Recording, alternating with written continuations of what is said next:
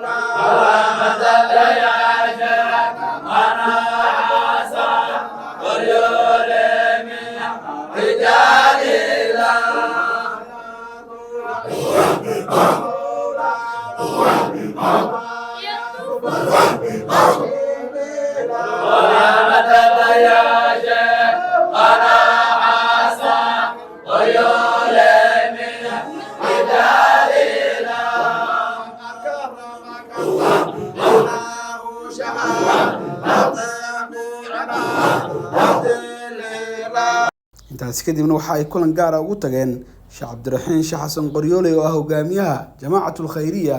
ee Sheekh Xasan Qoryooley. يا ربي يا رحمنكم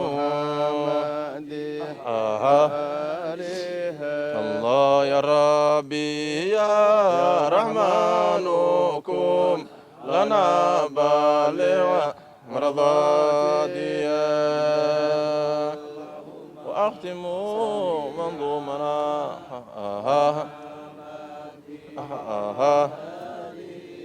الله ختم منظومنا يقود الله تمام بها ثم الصلاة والسلام على محمد وآله الله ثم صلاة وسلام على نبي وآله.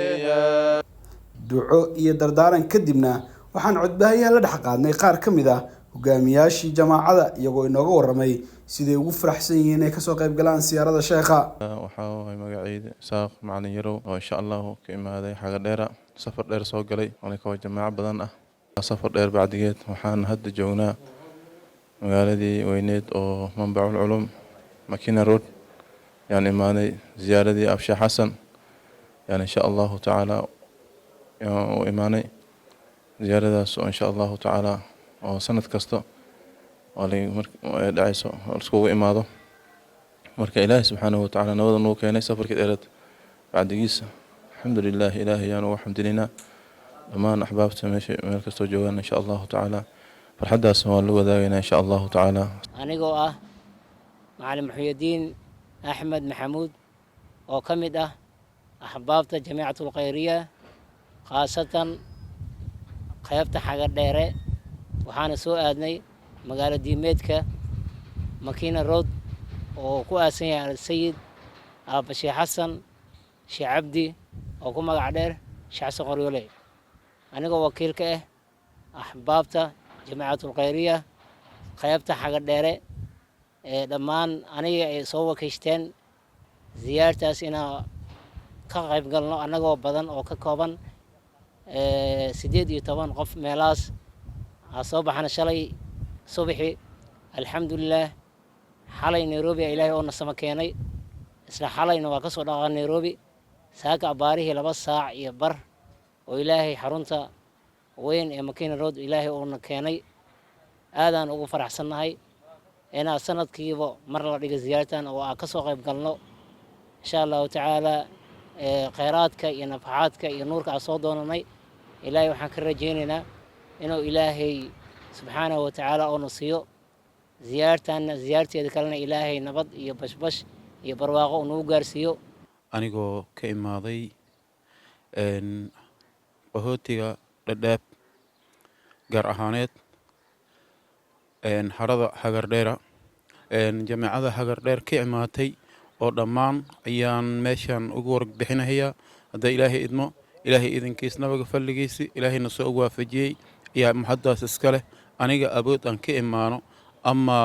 dadaal aan ka imaano ma lihin ilaah baa na siiyay alxamdulillaah rabbil caalamiin maxadaas weyn ilaah baa iska leh anigana waan ku mahadinaynaa haddana waan ku celcelinaynaa dhowrka cisho ee soo socota waxaa halkan oo ah magaalada Makiina Road gaar ahaan xarunta Xadratul Khayriya ka sii socon doona siyaarada Allah u naxariistay